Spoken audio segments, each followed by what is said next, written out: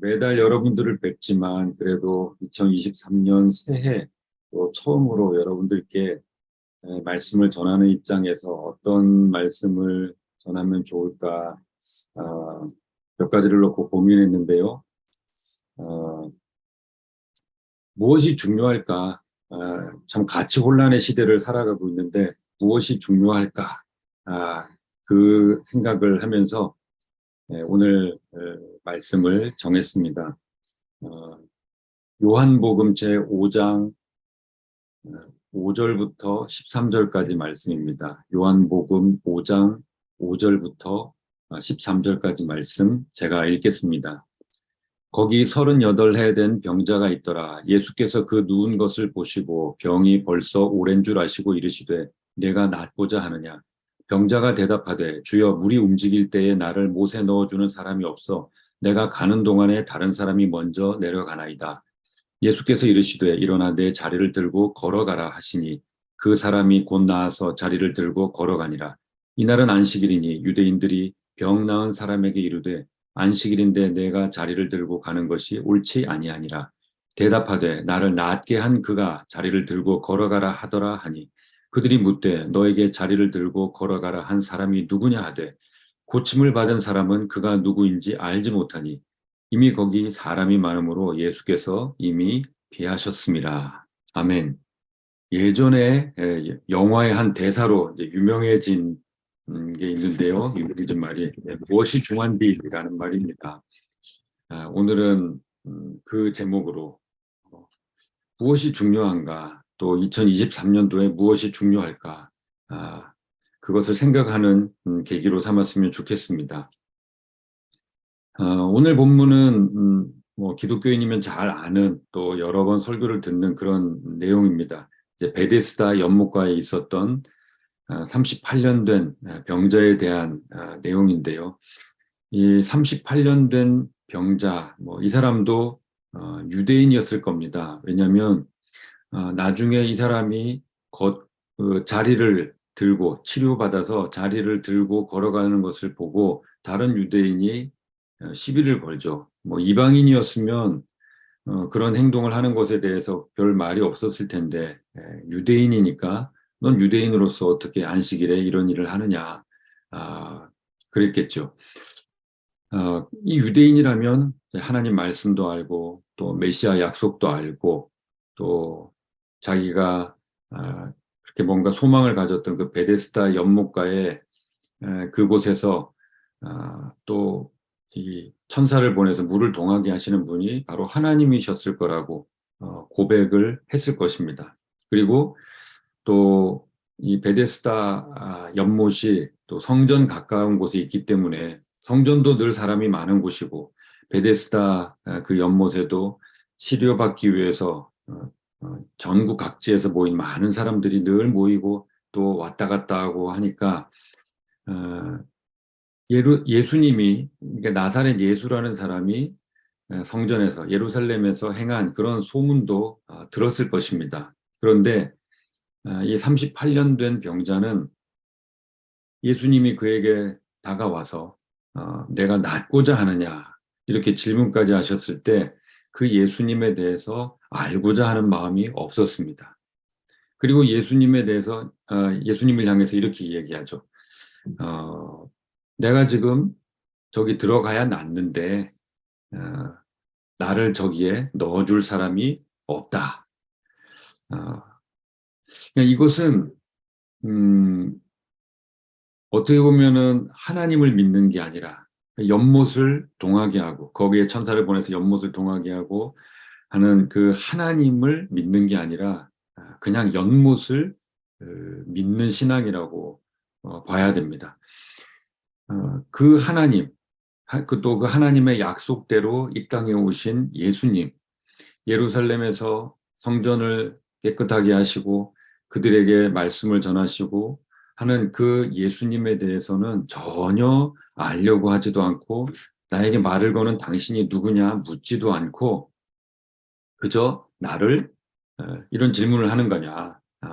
내가 지금 베데스다 이 행각에 왜 있느냐. 나으려고 있는 거지. 내가 나으려고 있으니까 물이 동할 때 나를 그 연못에 밀어 넣어 주기나 해라.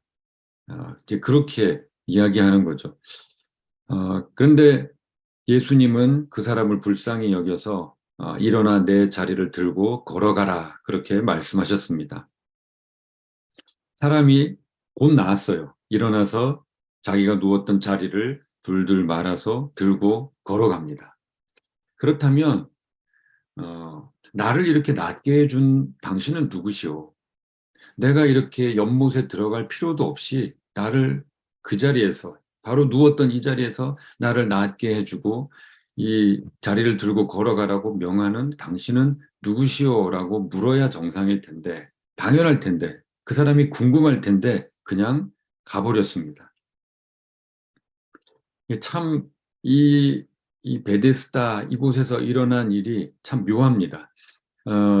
그 이후에 바로 이 사람들이 이 38년 된 병자가 그런 일을 그러니까 치료를 받았을 때 참 놀라운 건 거기에 모인 사람들이 다 치료받기 위해서 모여 있는데요.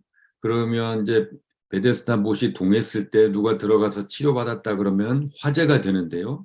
나도 그러면은 그렇게 치료를 받아야지 다들 그런 마음을 먹고 그래서 다시 또 모여든 사람들입니다. 그런데 베데스다 못에 들어가지도 않고 어떤 사람이 와서 이 나사렛 예수가 와서 38년 된 그 병자를 치료하셨단 말이죠.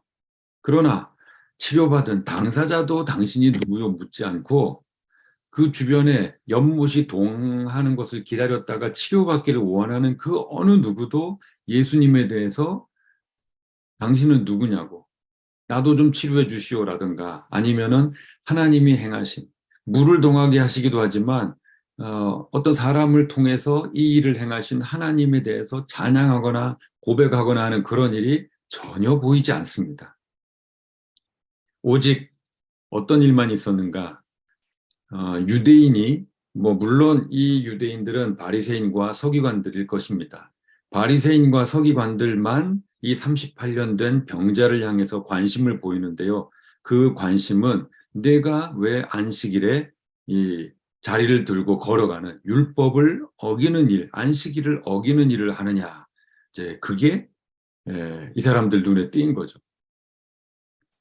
이 사람이 원래 어떤 형편에 있었는데 하나님의 은혜를 어떻게 누렸는데 여기에 관심이 있는 게 아니라 안식일은 범하면 안 되지 자기들이 정해놓은 어떤 룰을 지키는 것이 더 우선이었던 겁니다. 그러면 이 사람이 왜 어기게 되었을까? 당신은 어떤 배경의 사람인데 어쩌다가 이렇게 되었소가 아닌 거예요. 그 얘기를 들었다면은 하나님께 영광을 올려드리고 그런 일을 했을 것입니다. 그런데 그게 아니라 너는 왜 안식일에 자리를 들고 가는 이런 율법을 어기는 일을 했느냐 이렇게 시작을 했습니다. 요한복음에 의하면 바리새인과 서기관은 이 일로 인해서 예수님을 박해하기 시작했다고 그렇게 기록을 하고 있습니다. 이 사람들이 중요하게 여기는 것은 원래는 말씀을 가르치고 율법의 의미를 가르치고 백성들을 좋은 곳으로 이끄는 그런 일을 해야 되는 사람인데 하나님의 은혜와 그 능력을 백성이 경험하고 고백하고 찬송하게 하는 게 아니라 자기들과 자기들의 선생님들이 만든 규칙을 백성들이 잘 지키느냐 그것을 감시하고 또 그것을 감시하고 거기에 대해서 어떤 행사를 함으로써 백성들이 자신들을 어렵게 여기고 존중하는 그것으로 만족하는 사람들인 거죠. 실은 하나님이 원하지도 않는 것을 하나님이 중요하게 여기신다. 그렇게 해서 백성들에게 가르치고 강요하는 사람들이었던 겁니다.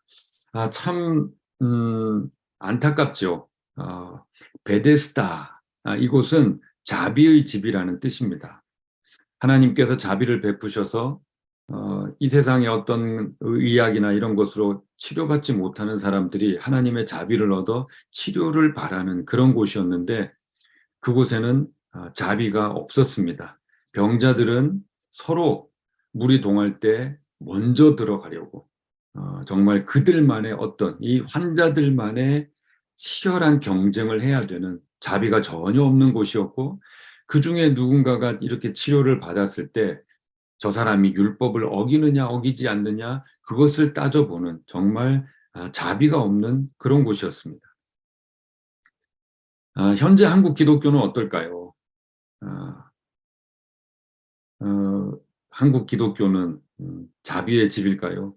우리가 몸을 담고 있는 교회 공동체는 자비의 집일까요? 거기에는 서로를 향한 배려, 자비가 넘치고 이해를 받고 그럴까요? 아니면 지금 베데스다처럼 이 안에서도 그 공동체 안에서도 하나님께 더 간절히 부르짖고 더 열심히 부르짖고 더 충성스러운 모습을 보여서 하나님이 복을 내리신다면 저 사람이 아닌 나에게 더 간절히 부르짖고 더 찬양하고 더 봉사하는 나에게 복을 주십시오라고 하는 그런 모습이 보이는가. 그리고 교회에서 정한 어떤 룰, 그것이 지켜져야 되고 그것이 지켜지지 않으면 당신 왜 그러냐고 신앙이 잘못된 거 아니냐고 하는 그런 자비가 사라진 그런 곳이 되어 있지는 않은가. 이런 모습이 이제 세상에서 보기에 비신자들이 보기에 참 이해할 수 없는 참 사랑의 하나님을 섬긴다고 하면서 좀 이해가 되지 않는다. 이건 너무 맹목적인 그런 신앙이 아닌가 이렇게 생각하게 될 것입니다. 호세아 4장 6절에 보면 내 백성이 지식이 없으므로 망하는도다 그랬습니다. 그리고 2장 뒤에 호세아 6장 6절에 보면 나는 인애를 원하고 제사를 원하지 아니하며 번제보다 하나님을 아는 것을 원하노라 그랬습니다. 교회 다니다 보면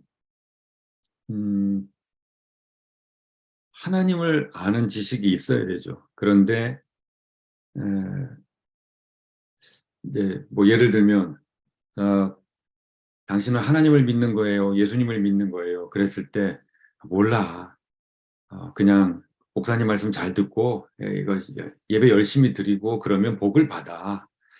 네, 이런 식의 수준이라면 그 이스라엘 백성을 향해서 탄식했던 하나님처럼 우리를 향해서도 탄식을 하실 것 같습니다. 이 사람들은 이 말씀, 호세아 말씀의 대상은 이스라엘 백성이었습니다. 당연히 하나님을 알아야 되고 하나님을 아는 지식이 있어야 되는 백성인데 하나님은 내 백성이 나를 아는 지식이 없다라고 탄식하셨습니다. 그들이 종교행위 하지 않은 것 아닙니다. 그들은 열심히 종교행위를 했습니다. 충성스러운 하나님의 백성이라고 생각하고 하나님이 자기들을 지켜줄 것이라고 생각했습니다. 그런데 하나님이 원하시는 것은 종교 형식이 아니라 하나님을 알고 하나님의 뜻을 행하는 것이었죠. 2023년이 되었습니다. 우리의 마음에 소망하는 바가 있을 텐데요.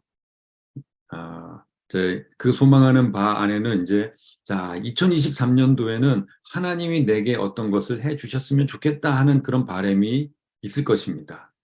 근데 입장을 바꿔놓고 한번 생각해 보시죠. 하나님은 2023년도에 우리에게 우리 자신에게 무엇을 소망하실까요? 무엇을 기대하실까요? 아마 하나님을 더 아는 것, 하나님을 잘 아는 것을 소망하실 것 같습니다. 기대하실 것 같습니다. 내가 나를 좀 더 깊이 알고 잘 아는 2023년이 되었으면 좋겠다 하실 것 같습니다. 근데 우리 모습을 잘 보면 우리 안에 사람에 따라서 그럴 수도 있고 우리가 시기에 따라서 연약하니까 이렇게도 될 수 있고 저렇게도 될 수 있다고 생각하는데요. 마치 이런 거죠. 베데스다 그 연못에 있었던 38년 된 병자처럼 우리의 시선이 하나님을 떠나 베데스다 연못만 볼 수도 있고 우리의 시선이 이 바리새인과 이 서기관처럼 하나님을 떠나서 율법을 볼 수도 있는 겁니다. 그 시선으로 나를 판단하기도 하고 다른 사람을 판단하기도 하고 또 엉뚱한 어떤 기적이나 그런 다른 통로의 하나님의 은혜를 기다릴 수도 있는 것이죠. 이것이 우리의 모습입니다. 그럼에도 불구하고 하나님은 우리를 용납하시고 다시 자비의 손을 베푸시는 그 은혜가 우리에게 이미 다가온 줄 믿습니다. 그게 바로 2023년이죠. 우리는 2023년을 향유할 아무런 조건이나 공로가 없지만 하나님은 우리에게 2023년을 주셨습니다. 그리고 우리에게 물으시는 거죠. 넌 2023년에 무엇을 원하느냐? 내가 무엇을 원하느냐? 내가 낳고자 하느냐? 예수님이 하셨던 그 질문이 우리에게 주어졌다고 믿습니다. 그러면 우리는 그분에게 대해서 무엇을 말할 수 있을까? 내 주님, 내 하나님, 하나님을 더 알기를 원합니다. 하나님과 더 깊어지기를 원합니다. 이것이 우리의 입에서 마땅히 나와야 될 하나님을 향한 고백과 간구와 찬양이 아닐까 생각합니다. 2023년 이미 우리에게 다가온 이 새해에 이 중요한 것을 잘 바라보고 우리에게 은혜로 다가와 주신, 자비로 다가와 주신 하나님을 더 알고 더 깊이 교제하고 고백할 수 있는 저와 여러분이 되기를 우리 주 예수 그리스도의 이름으로 축원합니다. 기도하겠습니다. 하나님, 우리가 하나님을 믿고 따른다고 하면서도 옛날 이스라엘 백성 또 옛날 유대인의 그 어리석음을 얼마나 자주 반복하는지 모릅니다. 혹시 우리의 시선이 베데스다 연못에만 꽂혀 있거나 혹시 우리의 시선이 율법만 바라보고 있는 것은 아닌지 겸손히 돌아보게 하시고 나를 살리신 나사렛 예수 그리스도 나에게 참 자비를 베푸시는 그분을 더 알고 더 사모하는 더 깊어지는 올해 2023년이 되게 하여 주옵소서.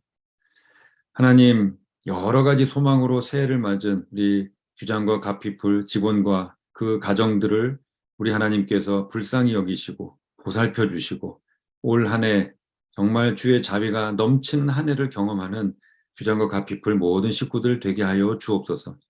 예수님 존귀하신 이름으로 기도드리옵나이다. 아멘.